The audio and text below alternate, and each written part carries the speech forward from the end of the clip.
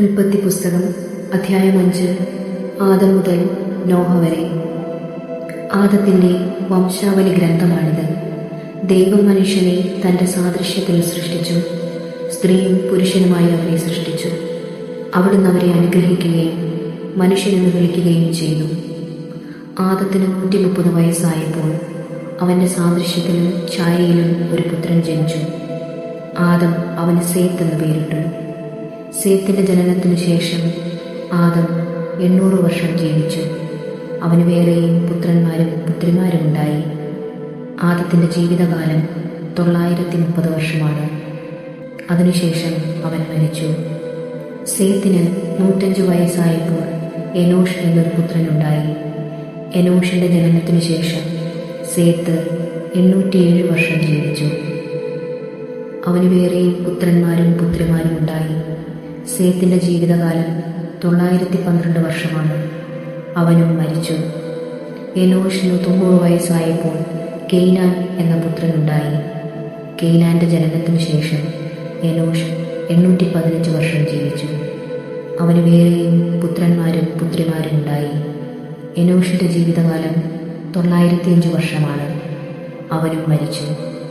കെയ്നാന് 70 വയസ്സായപ്പോൾ മഹലലേൽ എന്നൊരു മകനുണ്ടായി. മഹലലേലിന്റെ ജനനത്തിനു ശേഷം കെയ്നാൻ 840 വർഷം ജീവിച്ചു. അവന് വേറെയും പുത്രന്മാരും പുത്രിമാരും ഉണ്ടായി. കെയ്നാന്റെ ജീവിതകാലം 910 വർഷമായിരുന്നു. അവനും മരിച്ചു. മഹലലേലിന് 65 വയസ്സായപ്പോൾ യാരദ് എന്ന മകനുണ്ടായി. യാരദിന്റെ ജനനത്തിനു ശേഷം മഹലലേൽ 830 വർഷം ജീവിച്ചു. അവന് വേറെയും പുത്രന്മാരും പുത്രിമാരും ഉണ്ടായി. മഹലലേലിന്റെ ജീവിതകാലം 895 വർഷമായിരുന്നു. അവനും മരിച്ചു. യാരദിന് 162 വയസ്സായപ്പോൾ ഹെനോക്ക് എന്ന പുത്രനുണ്ടായി. ഹെനോക്കിന്റെ ജനനത്തിനു ശേഷം യാരദ് 800 വർഷം ജീവിച്ചു. അവന് വേറെയും പുത്രന്മാരും പുത്രിമാരും ഉണ്ടായി. യാരദിന്റെ ജീവിതകാലം 962 വർഷമായിരുന്നു. അവനും മരിച്ചു. ഹെനോക്കിന് 65 വയസ്സായപ്പോൾ മെത്തുശലഹ് എന്ന മകനുണ്ടായി. മെത്തുശലഹിന്റെ ജനനത്തിനു ശേഷം ഹെനോക്ക് 300 വർഷം കൂടി ദൈവത്തിന് പ്രിയപ്പെട്ടവനായി ജീവിച്ചു. അവന് വേറെയും പുത്രന്മാരും പുത്രിമാരും ഉണ്ടായി. ഹെനോക്കിന്റെ ജീവിതകാലം 365 വർഷമായിരുന്നു. ഹെനോക്ക് ദൈവത്തിന് പ്രിയങ്കരനായി ജീവിച്ചു. പിന്നെ അവനെ കണ്ടിട്ടില്ല. ദൈവം അവനെ എടുത്തു. 187 വയസ്സായപ്പോൾ മെത്തുശലഹ് ലാമക്കിന്റെ പിതാവായി. ലാമക്കിന്റെ ജനനത്തിനു ശേഷം മെത്തുശലഹ് 782 വർഷം ജീവിച്ചു. അവന് വേറെയും പുത്രന്മാരും പുത്രിമാരും ഉണ്ടായി. മെത്തുശലഹിന്റെ ജീവിതകാലം 969 വർഷമായിരുന്നു. അവനും മരിച്ചു. ലാമക്കിന് 182 വയസ്സായപ്പോൾ ഒരു പുത്രനുണ്ടായി. കർത്താവ് ശപിച്ച ഈ ഭൂമിയിലെ ക്ലേശകരമായ അധ്വാനത്തിൽ അവൻ നമുക്ക് ആശ്വാസം നേടിത്തരും എന്ന് പറഞ്ഞ് അവനെ നോഹ എന്ന് വിളിച്ചു. നോഹയുടെ ജനനത്തിനു ശേഷം ലാമക് 595 വർഷം ജീവിച്ചു. അവന് വേറെയും പുത്രന്മാരും പുത്രിമാരും ഉണ്ടായി. ലാമക്കിന്റെ ജീവിതകാലം 777 വർഷമായിരുന്നു. അവനും മരിച്ചു. നോഹയ്ക്ക് 500 വയസ്സായതിനു ശേഷം ഷേം, ഹാം, യാഫത്ത് എന്നീ പുത്രന്മാരുണ്ടായി. അധ്യായം 6 തിന്മ വർദ്ധിക്കുന്നു. മനുഷ്യർ ഭൂമിയിൽ പെരുകാൻ തുടങ്ങുകയും അവർക്ക് പുത്രിമാർ ജനിക്കുകയും ചെയ്തപ്പോൾ മനുഷ്യപുത്രിമാർ അഴകുള്ളവരാണെന്ന് കണ്ട് ദൈവപുത്രന്മാർ തങ്ങൾക്കിഷ്ടപ്പെട്ടവരെയെല്ലാം ഭാര്യമാരായി സ്വീകരിച്ചു. അപ്പോൾ ദൈവമായ കർത്താവ് പറഞ്ഞു, എൻ്റെ ചൈതന്യം മനുഷ്യരിൽ എന്നേക്കും നിലനിൽക്കുകയില്ല. അവൻ ജഡമാണ്. അവൻ്റെ ആയുസ് 120 വർഷമായിരിക്കും. ദൈവപുത്രന്മാർ മനുഷ്യപുത്രിമാരുമായി ചേരുകയും അവർക്ക് മക്കളുണ്ടാവുകയും ചെയ്തിരുന്ന അക്കാലത്തും പിന്നീടും ഭൂമിയിൽ അതികായന്മാരുണ്ടായിരുന്നു. അവരാണ് പുരാതന കാലത്തെ പ്രസിദ്ധിയാർജിച്ച പ്രബലന്മാർ. ഭൂമിയിൽ മനുഷ്യന്റെ ദുഷ്ടത വർദ്ധിച്ചിരിക്കുന്നെന്നും അവന്റെ ഹൃദയത്തിലെ ചിന്തയും ഭാവനയും എപ്പോഴും ദുഷിച്ചത് മാത്രമാണെന്നും കർത്താവ് കണ്ടു. ഭൂമുഖത്ത് മനുഷ്യനെ സൃഷ്ടിച്ചതിൽ കർത്താവ് പരിതപിച്ചു. അത് അവിടുത്തെ ഹൃദയത്തെ വേദനിപ്പിച്ചു. കർത്താവ് അരുൾ ചെയ്തു, എൻ്റെ സൃഷ്ടിയായ മനുഷ്യനെ ഭൂമുഖത്തു നിന്ന് ഞാൻ തുടച്ചു മാറ്റും. മനുഷ്യനെയും മൃഗങ്ങളെയും ഇഴജന്തുക്കളെയും ആകാശത്തിലെ പറവകളെയും ഞാൻ നാമാവശേഷമാക്കും. അവയെ സൃഷ്ടിച്ചതിൽ ഞാൻ ദുഃഖിക്കുന്നു. എന്നാൽ നോഹ കർത്താവിൻ്റെ പ്രീതിക്ക് പാത്രമായി. ഇതാണ് നോഹയുടെ വംശാവലി. നോഹ നീതിമാനായിരുന്നു, ആ തലമുറയിലെ കറയറ്റ മനുഷ്യൻ. അവൻ ദൈവത്തിൻ്റെ മാർഗത്തിൽ നടന്നു. നോഹയ്ക്ക് 3 പുത്രന്മാരുണ്ടായി, ഷേം, ഹാം, യാഫത്ത്. ദൈവത്തിൻ്റെ ദൃഷ്ടിയിൽ ഭൂമിയാകെ ദുഷിച്ചതായിത്തീർന്നു. എങ്ങും അക്രമം നടമാടി. ഭൂമി ദുഷിച്ചുപോയെന്ന് ദൈവം കണ്ടു. ലോകത്തിൽ മനുഷ്യരെല്ലാം ദുർമാർഗികളായി. നോഹയുടെ പെട്ടകം. ദൈവം നോഹയോട് അരുൾ ചെയ്തു, ജീവജാലങ്ങളെയെല്ലാം നശിപ്പിക്കാൻ ഞാൻ നിശ്ചയിച്ചിരിക്കുന്നു. അവർ മൂലം ലോകം അധർമ്മം കൊണ്ട് നിറഞ്ഞിരിക്കുന്നു. ഭൂമിയോടുകൂടി അവരെ ഞാൻ നശിപ്പിക്കും. ഗോഫർ മരം കൊണ്ട് നീ ഒരു പെട്ടകമുണ്ടാക്കുക. അതിൽ മുറികൾ തിരിക്കുക. അതിൻ്റെ അകത്തും പുറത്തും കീലു തേക്കണം. ഇങ്ങനെയാണ് അതുണ്ടാക്കേണ്ടത്. 300 മുഴം നീളം, 50 മുഴം വീതി, 30 മുഴം ഉയരം. മേൽക്കൂരയിൽ നിന്ന് 1 മുഴം താഴെ പെട്ടകത്തിനൊരു ജനലും വശത്തൊരു വാതിലും വയ്ക്കണം. താഴെയും മേലെയും നടുവിലുമായി 3 തട്ടായി വേണം പെട്ടകമുണ്ടാക്കാൻ. ഭൂതലത്തിലെല്ലാം ഞാനൊരു ജലപ്രളയം വരുത്താൻ പോകുന്നു. ആകാശത്തിനു കീഴെ ജീവശ്വാസമുള്ള എല്ലാ ജലവും ഞാൻ നശിപ്പിക്കും. ഭൂമുഖത്തുള്ളതെല്ലാം നശിക്കും. എന്നാൽ നീയുമായി ഞാൻ എൻ്റെ ഉടമ്പടി ഉറപ്പിക്കും. നീ പെട്ടകത്തിൽ കയറണം. നിന്റെ കൂടെ നിന്റെ ഭാര്യയും പുത്രന്മാരും അവരുടെ ഭാര്യമാരും. എല്ലാ ജീവജാലങ്ങളിലും നിന്ന് ആണും പെണ്ണുമായി ഈ 2 എണ്ണത്തെയും നീ പെട്ടകത്തിൽ കയറ്റി സൂക്ഷിക്കണം. എല്ലാ ഇനം പക്ഷികളും മൃഗങ്ങളും ഇഴജന്തുക്കളും സംരക്ഷിക്കപ്പെടേണ്ടതിന് ഈ 2 എണ്ണം നിന്റെ കൂടെ വരട്ടെ. നിനക്കും അവയ്ക്കും ആഹാരത്തിനു വേണ്ടി എല്ലാത്തരം ഭക്ഷണവും ശേഖരിച്ചു വെക്കണം. ദൈവം കൽപ്പിച്ചതുപോലെ തന്നെ നോഹ പ്രവർത്തിച്ചു. അധ്യായം 7. ജലപ്രളയം. കർത്താവ് നോഹയോട് അരുൾ ചെയ്തു, നീയും കുടുംബവും പെട്ടകത്തിൽ പ്രവേശിക്കുക. ഈ തലമുറയിൽ നിന്നെ ഞാൻ നീതിമാനായി കണ്ടിരിക്കുന്നു. ഭൂമുഖത്ത് അവയുടെ വംശം നിലനിർത്താൻ വേണ്ടി ശുദ്ധിയുള്ള സർവ്വമൃഗങ്ങളിലും നിന്ന് ആണും പെണ്ണുമായി 7 ജോഡിയും, ശുദ്ധിയില്ലാത്ത മൃഗങ്ങളിൽ നിന്ന് ആണും പെണ്ണുമായി 1 ജോഡിയും, ആകാശത്തിലെ പറവകളിൽ നിന്ന് പൂവനും പിടയുമായി 7 ജോഡിയും കൂടെ കൊണ്ടുപോവുക. 7 ദിവസവും കൂടി കഴിഞ്ഞാൽ 40 രാവും 40 പകലും ഭൂമുഖത്തെല്ലാം ഞാൻ മഴ പെയ്യിക്കും. ഞാൻ സൃഷ്ടിച്ച സകല ജീവജാലങ്ങളെയും ഭൂതലത്തിൽ നിന്ന് തുടച്ചു മാറ്റും. കർത്താവ് കൽപ്പിച്ചതെല്ലാം നോഹ ചെയ്തു. നോഹയ്ക്ക് 600 വയസ്സുള്ളപ്പോഴാണ് ഭൂമുഖത്ത് വെള്ളപ്പൊക്കമുണ്ടായത്. വെള്ളപ്പൊക്കത്തിൽ നിന്ന് രക്ഷപ്പെടാൻ നോഹയും ഭാര്യയും പുത്രന്മാരും അവരുടെ ഭാര്യമാരും പെട്ടകത്തിൽ കയറി. ദൈവം കൽപ്പിച്ചതുപോലെ ശുദ്ധിയുള്ളവയും അല്ലാത്തവയുമായ മൃഗങ്ങളും പക്ഷികളും ഇഴജന്തുക്കളും ആണും പെണ്ണുമായി 2 വീതം നോഹയോടുകൂടി പെട്ടകത്തിൽ കയറി. 7 ദിവസം കഴിഞ്ഞപ്പോൾ ഭൂമിയിൽ വെള്ളം പൊങ്ങിത്തുടങ്ങി.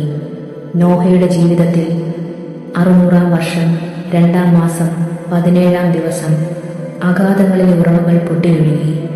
ആകാശത്തിൻ്റെ ജാലകങ്ങൾ തുറന്നു. 40 രാവും 40 പകലും മഴ പെയ്തുകൊണ്ടിരുന്നു. അന്നു തന്നെ നോഹയും ഭാര്യയും അവൻ്റെ പുത്രന്മാരായ ഷേം, ഹാം, യാഫത്ത് എന്നിവരും അവരുടെ ഭാര്യമാരും പെട്ടകത്തിൽ കയറി. അവരോടൊത്ത് എല്ലാ ഇനം വന്യമൃഗങ്ങളും കന്നുകാലികളും ഇഴജന്തുക്കളും പക്ഷികളും പെട്ടകത്തിൽ കടന്നു. ജീവനുള്ള സകല ജഡത്തിൽ നിന്ന് ഈ 2 വീതം നോഹയോടുകൂടി പെട്ടകത്തിൽ കടന്നു. സകല ജീവജാലങ്ങളും നോഹയോട് ദൈവം കൽപ്പിച്ചിരുന്നതുപോലെ ആണും പെണ്ണുമായാണ് അകത്തു കടന്നത്. കർത്താവ് നോഹയെ പെട്ടകത്തിലടച്ചു. വെള്ളപ്പൊക്കം 40 നാൾ തുടർന്നു. ജലനിരപ്പ് ഉയർന്നു. പെട്ടകം പൊങ്ങി ഭൂമിക്ക് മുകളിലായി. ഭൂമിയിൽ ജലം വർദ്ധിച്ചുകൊണ്ടേയിരുന്നു. പെട്ടകം വെള്ളത്തിനു മീതെ ഒഴുകി. ജലനിരപ്പ് വളരെ ഉയർന്നു. ആകാശത്തിന് കീഴിലെ തലയുയർത്തി നിന്ന സകല പർവ്വതങ്ങളും വെള്ളത്തിനടിയിലായി. പർവ്വതങ്ങൾക്ക് മുകളിൽ 15 മുഴം വരെ വെള്ളമുയർന്നു. ഭൂമുഖത്ത് ചരിക്കുന്ന എല്ലാ ജീവജാലങ്ങളും, പക്ഷികളും കന്നുകാലികളും കാട്ടുമൃഗങ്ങളും ഇഴജന്തുക്കളും മനുഷ്യരും ചത്തൊടുങ്ങി. കരയിൽ വസിച്ചിരുന്ന പ്രാണനുള്ളവയെല്ലാം ചത്തു.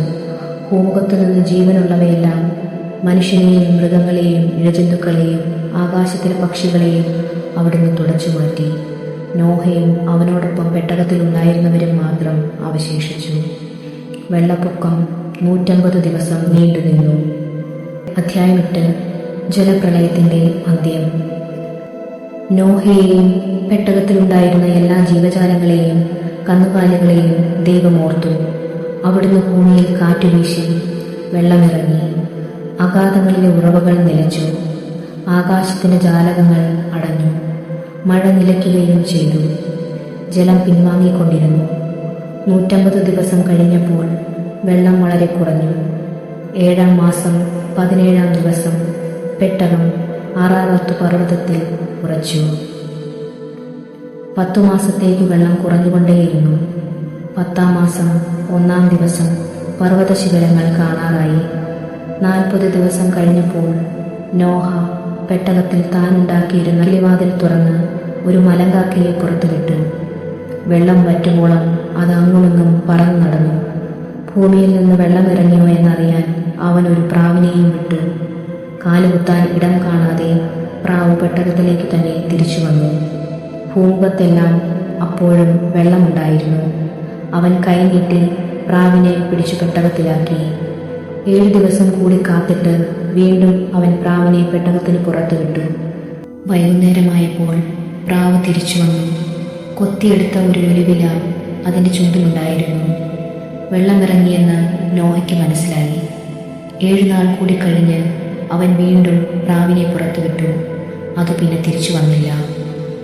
നോഹയുടെ ജീവിതത്തിൻ്റെ 601-ാം വർഷം 1-ാം മാസം 1-ാം ദിവസം ഭൂമുഖത്തെ വെള്ളം വറ്റിത്തീർന്നു. നോഹ പെട്ടകത്തിൻ്റെ മേൽക്കൂര പൊക്കി നോക്കി. ഭൂതലമെല്ലാം ഉണങ്ങിയിരുന്നു. 2-ാം മാസം 27-ാം ദിവസം ഭൂമി തീർത്തും ഉണങ്ങി. ദൈവം നോഹയോട് പറഞ്ഞു, ഭാര്യ, പുത്രന്മാർ, അവരുടെ ഭാര്യമാർ എന്നിവരോടുകൂടി പെട്ടകത്തിൽ നിന്ന് പുറത്തിറങ്ങുക.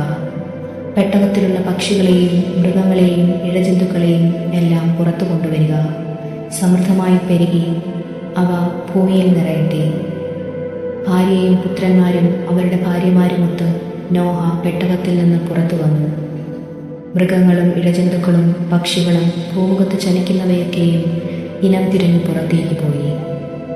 നോഹ ബലിയർപ്പിക്കുന്നു. നോഹ കർത്താവിനൊരു ബലിപീഠം നിർമ്മിച്ചു. ശുദ്ധിയുള്ള എല്ലാ മൃഗങ്ങളിലും പക്ഷികളിലും നിന്ന് അവൻ അവിടത്തേക്ക് ഒരു ദഹനബലി അർപ്പിച്ചു. ആ ഹൃദ്യമായ ഗന്ധം ആസ്വദിച്ചപ്പോൾ കർത്താവ് പ്രസാദിച്ചറിഞ്ഞു. മനുഷ്യൻ കാരണം ഭൂമിയെ ഇനി ഒരിക്കലും ഞാൻ ശപിക്കുകയില്ല. എന്തെന്നാൽ തുടക്കം മുതലേ അവൻ്റെ അന്തരംഗം തിന്മയിലേക്ക് ചാഞ്ഞിരിക്കുകയാണ്. ഇപ്പോൾ ചെയ്തതുപോലെ ജീവജാലങ്ങളെയെല്ലാം ഇനി ഒരിക്കലും ഞാൻ നശിപ്പിക്കുകയില്ല. ഭൂമിയുള്ളിടത്തോളം കാലം വിതയും കൊയ്ത്തും ചൂടും തണുപ്പും വേനലും വർഷവും രാവും പകലും നിലയ്ക്കുകയില്ല. അധ്യായം 9. നോഹയുമായി ഉടമ്പടി. നോഹയെയും പുത്രന്മാരെയും അനുഗ്രഹിച്ചുകൊണ്ട് ദൈവം പറഞ്ഞു, സന്താനപുഷ്ടിയുള്ളവരായി പെരുകി ഭൂമിയിൽ നിറയുവിൻ. സകല ജീവികൾക്കും, ഭൂമിയിലെ മൃഗങ്ങൾക്കും, ആകാശത്തിലെ പക്ഷികൾക്കും, മണ്ണിലെ ഇഴജന്തുക്കൾക്കും, വെള്ളത്തിലെ മത്സ്യങ്ങൾക്കും നിങ്ങളെ ഭയമായിരിക്കും. അവയെല്ലാം ഞാൻ നിങ്ങളെ ഏൽപ്പിച്ചിരിക്കുന്നു. ചരിക്കുന്ന ജീവികളെല്ലാം നിങ്ങൾക്ക് ആഹാരമായി തീരും. ഹരിതസസ്യങ്ങൾ നൽകിയതുപോലെ ഇവയും നിങ്ങൾക്ക് ഞാൻ തരുന്നു. എന്നാൽ ജീവനോടു കൂടിയ, അതായത് രക്തത്തോടു കൂടിയ മാംസം ഭക്ഷിക്കരുത്. ജീവരക്തത്തിന് മനുഷ്യനോടും മൃഗത്തോടും ഞാൻ കണക്ക് ചോദിക്കും. ഓരോരുത്തരോടും സഹോദരൻ്റെ ജീവന് ഞാൻ കണക്ക് ചോദിക്കും. മനുഷ്യരക്തം ചൊരിയുന്നവൻ്റെ രക്തം മനുഷ്യൻ തന്നെ ചൊരിയും. കാരണം എൻ്റെ ഛായയിലാണ് ഞാൻ മനുഷ്യനെ സൃഷ്ടിച്ചത്. സന്താനപുഷ്ടിയുള്ളവരായി പെരുകി ഭൂമിയിൽ നിറയുവിൻ. നോഹയോടും പുത്രന്മാരോടും ദൈവം വീണ്ടും അരുളി ചെയ്തു, നിങ്ങളോടും നിങ്ങളുടെ സന്തതികളോടും ഞാനിതാ ഒരു ഉടമ്പടി ചെയ്യുന്നു. അതോടൊപ്പം നിന്റെ കൂടെ പെട്ടകത്തിൽ നിന്ന് പുറത്തു വന്ന ജീവനുള്ള സകലത്തിനോടും, പക്ഷികൾ, കന്നുകാലികൾ, കാട്ടുജന്തുക്കൾ എന്നിവയോടും നിങ്ങളുമായുള്ള എൻ്റെ ഉടമ്പടി ഞാൻ ഉറപ്പിക്കുന്നു. ഇനിയൊരിക്കലും വെള്ളപ്പൊക്കം കൊണ്ട് ജീവജാലങ്ങളെല്ലാം നശിക്കാൻ ഇടവരികയില്ല. ഭൂമിയെ നശിപ്പിക്കാൻ ഇനിയൊരു വെള്ളപ്പൊക്കം ഉണ്ടാവില്ല. ദൈവം തുടർന്നരുൾ ചെയ്തു, എല്ലാ തലമുറകൾക്കും വേണ്ടി നിങ്ങളും സകല ജീവജാലങ്ങളുമായി ഞാൻ സ്ഥാപിക്കുന്ന എൻ്റെ ഉടമ്പടിയുടെ അടയാളം ഇതാണ്. ഭൂമിയുമായുള്ള ഉടമ്പടിയുടെ അടയാളമായി മേഘങ്ങളിൽ എൻ്റെ വില്ല് ഞാൻ സ്ഥാപിക്കുന്നു. ഞാൻ ഭൂമിക്ക് മേലെ മേഘത്തെ അയക്കുമ്പോൾ അതിൽ മഴവില്ല് പ്രത്യക്ഷപ്പെടും. നിങ്ങളും സർവ്വജീവജാലങ്ങളുമായുള്ള എൻ്റെ ഉടമ്പടി ഞാൻ ഓർക്കും. സർവ്വജീവനെയും നശിപ്പിക്കാൻ പോരുന്ന ഒരു ജലപ്രളയം ഇനി ഒരിക്കലും ഉണ്ടാവുകയില്ല. മേഘങ്ങളിൽ മഴവില്ല് തെളിയുമ്പോൾ ഭൂമുഖത്തുള്ള എല്ലാ ജീവജാലങ്ങളുമായി ചെയ്ത എന്നേക്കുമുള്ള ഉടമ്പടി ഞാൻ ഓർക്കും. ദൈവം നോഹയോട് അരുൾ ചെയ്തു, ഭൂമുഖത്തുള്ള സകല ജീവികളുമായി ഞാൻ സ്ഥാപിക്കുന്ന ഉടമ്പടിയുടെ അടയാളം ഇതായിരിക്കും.